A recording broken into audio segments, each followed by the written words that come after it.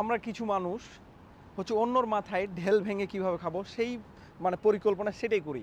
কিন্তু আমার যে একটা প্রতিভা আছে, আমি যে একটা প্রতিভা আমার ভিতরে আছে, সেটা কিন্তু আমি কিন্তু মানুষের সামনে উন্মোচন করি না।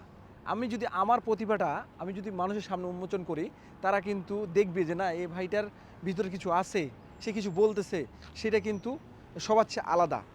এটা কিন্তু দেখে আমরা কিছু শিখতে পারি তার কাছ থেকে।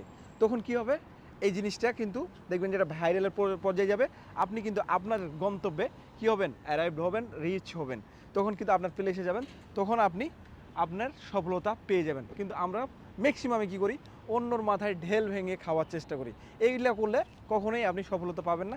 দেখবেন না একদিন উল্টা আপনি গালি খাবেন, উল্টা আপনার অন্যর মানে মানে বোঝা বইতে বইতে আপনার টাইম শেষ হয়ে যাবে। সো আমাদের কী করতে হবে, নিজের প্রতিভাটা দেখাইতে হবে। আমি হেরে গেছি, আবার ঘুরে দাঁড়াবো, এটাই হচ্ছে বাস্তব।